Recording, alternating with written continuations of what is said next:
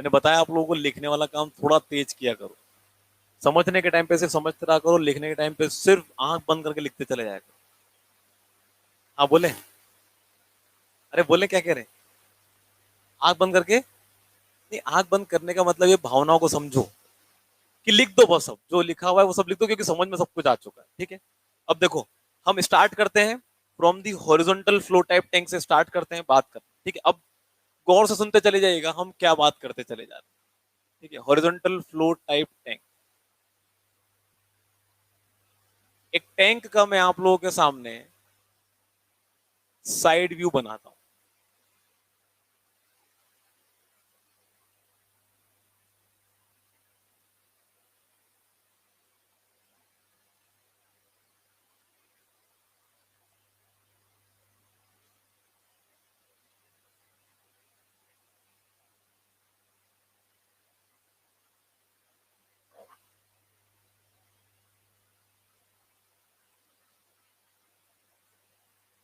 और ये है हमारे पास इसी टैंक का फ्रंट व्यू, ये टॉप व्यू नहीं, फ्रंट व्यू।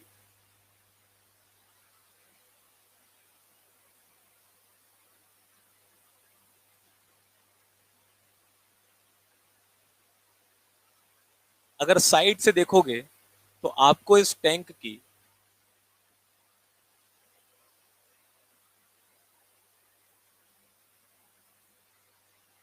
सेटलिंग हाइट दिखाई देगी,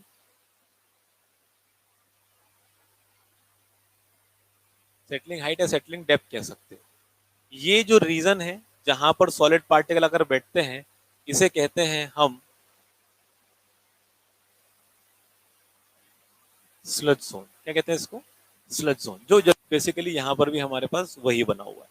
ठीक है, ये हमारे पास टैंक की लेंथ मानी जा सकती है और सेटलिंग हाइट को हम एच कह लेते हैं।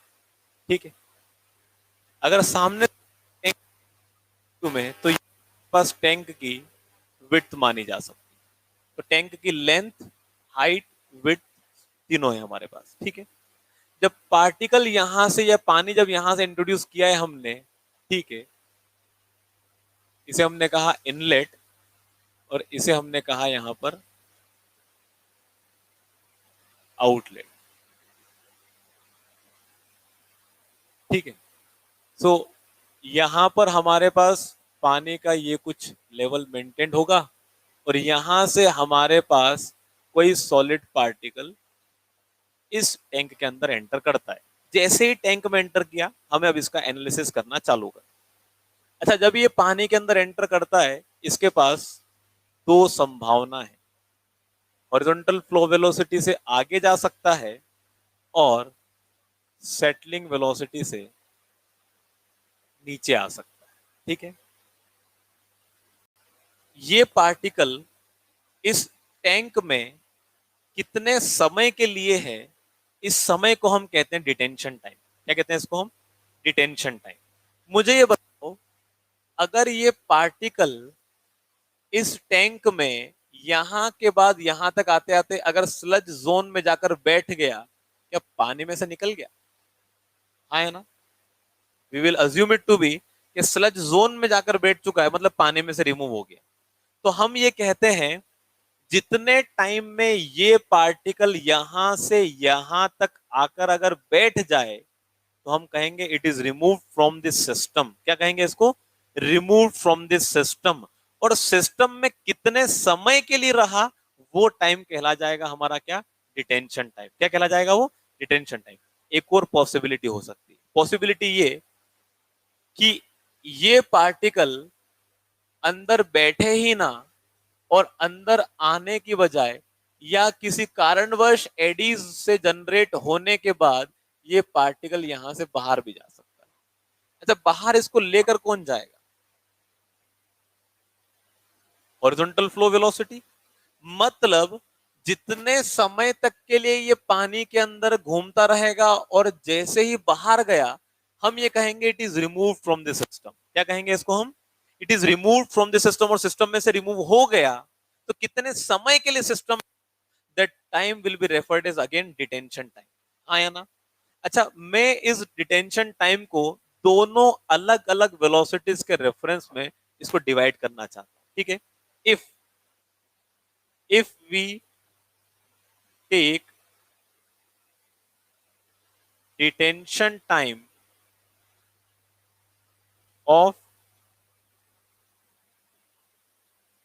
पार्टिकल एज टी के बराबर, टी डी मान लेते हैं, therefore we can say detention time. देखो, टाइम के लिए सिंपल रिलेशनशिप हम इतना जानते हैं बेसिक से कि speed is equal to distance into time, आया ना। तो टाइम क्या बन जाएगा, टाइम इज इक्वल टू, भाई सॉरी, डिस्टेंस बाय टाइम मैंने गलत लिख दिया है, distance by time, speed distance upon time. तो हमारे लिए यहां से टाइम क्या बन जाएगा, डिस्टेंस अपॉन स्पीड। तो मुझे बताओ, अगर मैं सिर्फ इसके वर्टिकल कंपोनेंट को देखूंगा तो इस पार्टिकल को यहां से यहां तक आने में समय अगर डिटेंशन टाइम के बराबर लग रहा है तो कितना डिस्टेंस ट्रेवल कर रहा है वो, h डिवाइडेड बाय स्पीड कितनी है, सेटलिंग वेलोसिटी। या फिर पार्टिकल का डिटेंशन टाइम, या फिर पार्टिकल डिटेंशन टाइम अगर मैं इस वेलोसिटी के रेफरेंस में देखना चाहूं तो ये कितना डिस्टेंस कवर कर रहा है, कितना, एल के बराबर डिवाइडेड बाय स्पीड कितनी, वीएफ के बराबर। सही है क्या, ठीक है।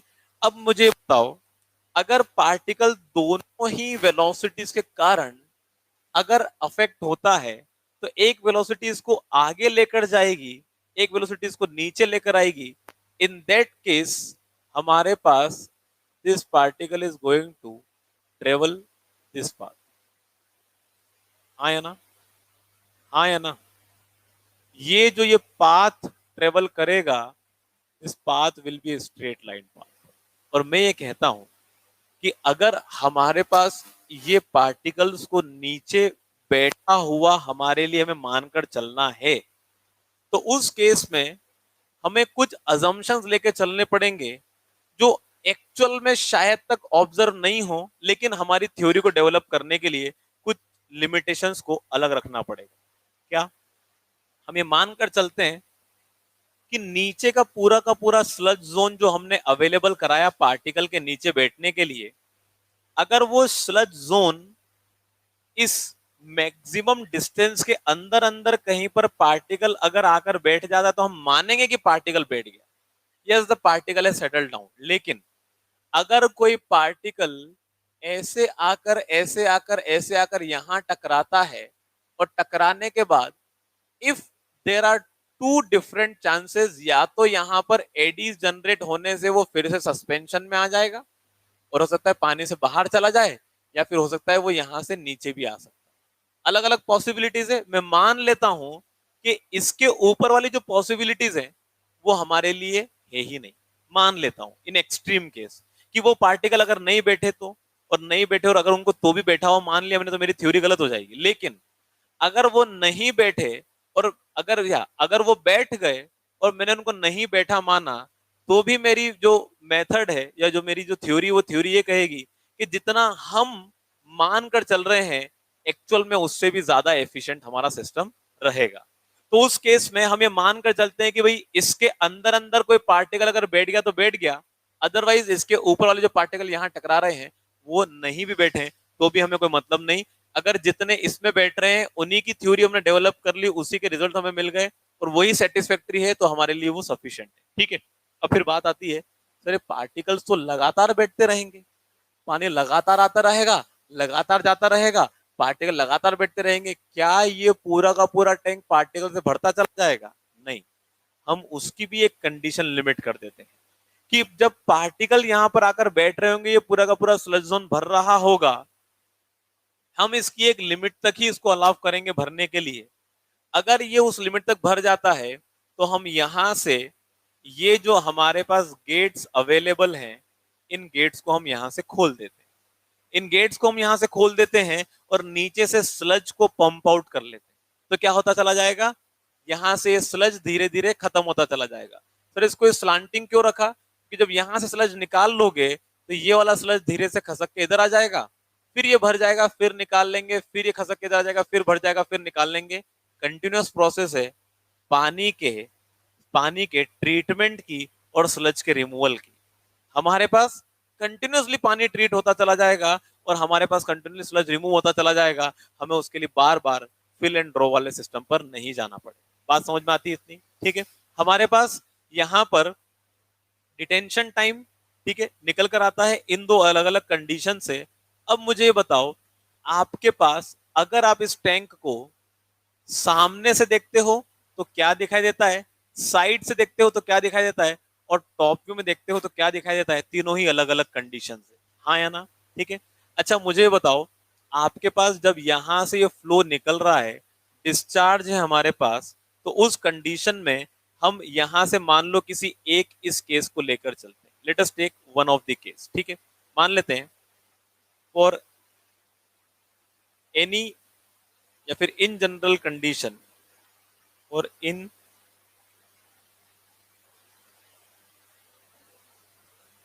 जनरल कंडीशन, ठीक है, we can say discharge is equal to area into velocity. अच्छा, ये एरिया और वेलोसिटी में एक बहुत अच्छा रिलेशनशिप है कि हमारे पास जिस भी डायरेक्शन में हमारा फ्लो होता है, जिस भी डायरेक्शन में हमारा फ्लो होता है, एरिया हमेशा उसके परपेंडिकुलर लेते हैं, हाँ या ना? एरिया हमेशा उसके परपेंडिकुलर लेते हैं। तो हमारे पास area should be perpendicular to direction of velocity. मान लो मैं अपने पानी के फ्लो को बहुत स्लो अज्यूम करता हूं, लेकिन अगर मान के चलते हैं कि हमारा पार्टिकल मूव कर रहा है, ठीक है, और पानी हमारा स्टैटिक है, या फिर पानी को मूव करा लो, पार्टिकल स्टैटिक करा लो, दोनों चीजें हो सकती है हमारे पास। जब ये हमारे पास वीएफ की हॉरिजॉन्टल फ्लो वेलोसिटी मिलती है,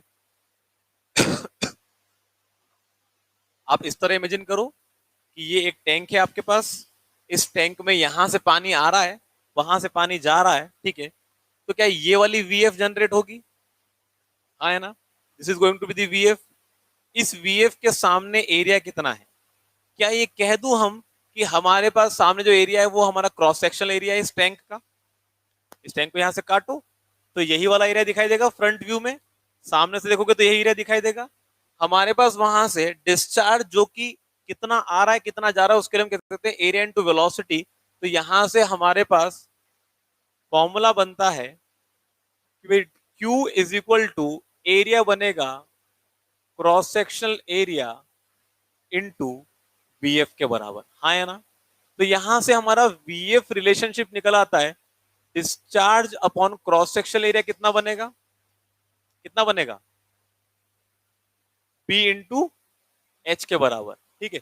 तो हमारे पास set sorry horizontal flow velocity can be referred by discharge पर यूनिट क्रॉस सेक्शनल एरिया। तो या तो हम इसको ऐसे लिखें या फिर हम लिख सकते हैं VF is equal to discharge पर unit cross sectional area. Exam में पूछता है कि आपका जो हॉरिजॉन्टल फ्लो वेलोसिटी है वो किस एरिया पर डिपेंड करेगी? क्या horizontal flow velocity plan area पर डिपेंड कर सकती है? नहीं, क्योंकि जिस डायरेक्शन में वेलोसिटी होती है एरिया कंसिडरेशन उसके हमेशा परपेंडिकुलर डायरेक्शन का होता है, ठीक है। मेरे पास यहां से वीएफ निकल कर आया which is equal to Q upon cross sectional area, या फिर वीएफ को लिख दूं Q upon B into H. अच्छा, यहां से वीएफ के बारे में रिलेशनशिप जानते हैं, वो होता है TD into sorry VF TD और एल का रिलेशनशिप जानते हैं, तो we can say now we can say TD is equal to L upon VF के बराबर, हाँ या ना? ठीक है। एक और रिलेशनशिप जानते हैं वीएफ का एच अपॉन वीएस और एल का रिलेशनशिप, हाँ या ना? और हम यहां से क्या लिख सकते हैं? एच अपॉन वीएस का रिलेशनशिप। यहां से इन दोनों कंपेयर करते हैं, therefore we can write VF is equal to, ये क्या बनेगा हमारे पास? VF is equal to VS into L, VS into L divided by H के बराबर। अगर मेरे पास वीएफ की वैल्यू है मेरे पास, तो क्या वीएस निकाला जा सकता है अगर एल और एच पता है तो? ठीक है, तो यहां से हम लिख सकते हैं क्या, VS is equal to VF into H divided by L. VF की वैल्यू पुटअप करो तो वीएस बनेगा हमारे पास, ये कितना बनेगा, Q upon B into H into L into H के बराबर। ठीक है, अच्छा अब मुझे ये बताओ, नहीं मैंने कोई गलत लिखा क्या यहाँ पर, नहीं दिस इज फाइन। ठीक है, ये क्या है हमारे पास, P into H into L के बराबर। अच्छा यहां से अगर H और H कैंसल आउट करता हूं तो यहां से मेरे पास VS क्या बनेगा, VS would be equal to how much, Q upon B into L. अच्छा ये B इंटू एल मतलब क्या हुआ, इस टैंक का ये डायमेंशन B, ये L और ये H, तो B इंटू एल मतलब ऊपर का हमारे पास प्लान एरिया बन गया। तो now I can say VS is equal to Q upon B into L, या तो ये लिखूं और I can write it as VS is equal to Q upon plan और सरफेस एरिया। ये दो रिलेशनशिप पर कई बार क्वेश्चन पूछे जा चुके हैं एग्जाम में, ध्यान होना चाहिए कि हमारे पास वीएफ क्रॉस सेक्शनल एरिया पर डिपेंड करता है और वीएस हमारे पास प्लान और सरफेस एरिया पर डिपेंड करता है। ठीक है, अच्छा मुझे बताओ आपके हॉरिजॉन्टल फ्लो वेलोसिटी में लेंथ ऑफ द टैंक का कोई जिक्र आया क्या, कोई जिक्र नहीं आया। कभी कभी ऑप्शन पूछता है कि अगर टैंक की लेंथ बढ़ा दी तो क्या हॉरिजॉन्टल फ्लो वेलोसिटी आपके पास कम ज्यादा हो जाएगी। स्टूडेंट कभी कभी ये सोच लेता है यार लेंथ बढ़ा दी, अब उतनी लेंथ में इतनी वेलोसिटी से ट्रेवल करेंगे तो हो सकता है शायद वेलोसिटी कम हो जाए, ऐसा दिमाग लगा लेते हैं कभी कभी, लॉजिक हमारा कह जाता है। लेकिन मुझे बताओ जो डिस्टेंस आप किसी वेलोसिटी से ट्रेवल कर रहे हो उस डिस्टेंस को कम या ज्यादा कुछ भी कर दो, वो वेलोसिटी थोड़ी चेंज हो जाएगी, वेलोसिटी थोड़ी चेंज हो जाएगी, वेलोसिटी तो वही रहेगी। सिमिलर जब आपके पास कोई एक टैंक है, एच डेप्थ का टैंक है, अगर उसकी डेप्थ आप बड़ी या छोटी कर दो तो क्या उससे सेटलिंग वेलोसिटी में कोई फर्क पड़ेगा, सेटलिंग वेलोसिटी में कोई फर्क नहीं पड़ेगा, क्योंकि वो लेंथ ट्रेवल करना कम या ज्यादा उससे क्या फर्क पड़ता है, सेटलिंग वेलोसिटी तो वही की वही रहेगी। तो settling velocity does not depend upon the depth of the tank and horizontal flow velocity does not depend upon the length of the tank, but settling velocity depends upon the plan or cross sectional area, and horizontal flow velocity depends upon the plan or the surface area, और horizontal flow velocity depend upon the cross sectional area। Sir अब इसको कैसे समझे, आप लिखते लिखते मुझे ये बताओ, लिखते लिखते ये बताओ कि आपके इस टैंक में क्या आपका क्रॉस सेक्शन एरिया बदल रहा है क्या, यस सर कहाँ पे, फिर से बोल, नहीं नहीं बदल रहा है क्या मतलब, जैसे जैसे पानी आगे बढ़ रहा है क्या क्रॉस सेक्शन एरिया बदल रहा है, नहीं बदल रहा है, कहाँ बदल रहा है, फिर से बोलो,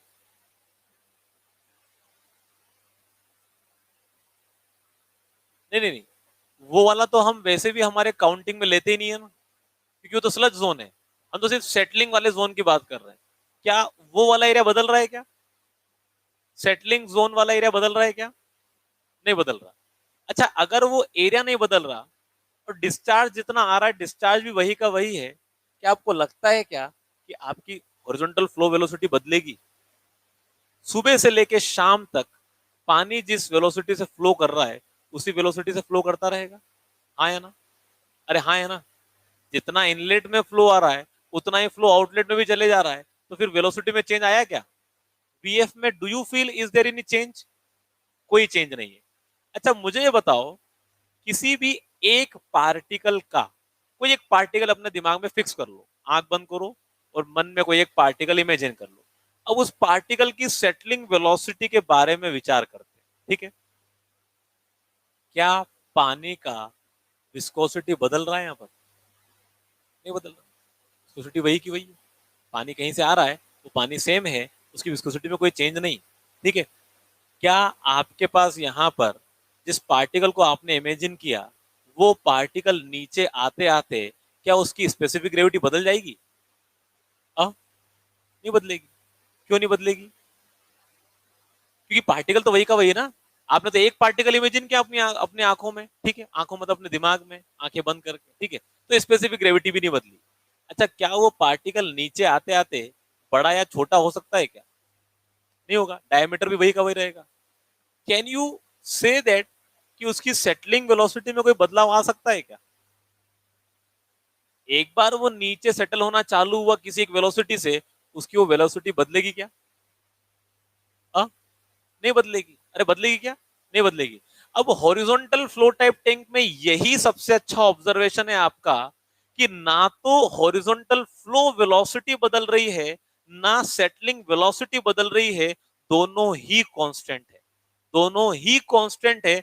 और जब दोनों कांस्टेंट वैल्यूज किसी भी टाइम पर नहीं बदल रही है, तो जो रिजल्टेंट पाथ बनेगा, क्या आपको नहीं लगता वो भी नहीं बदलेगा कभी, एकदम स्ट्रेट लाइन ही जाएगा?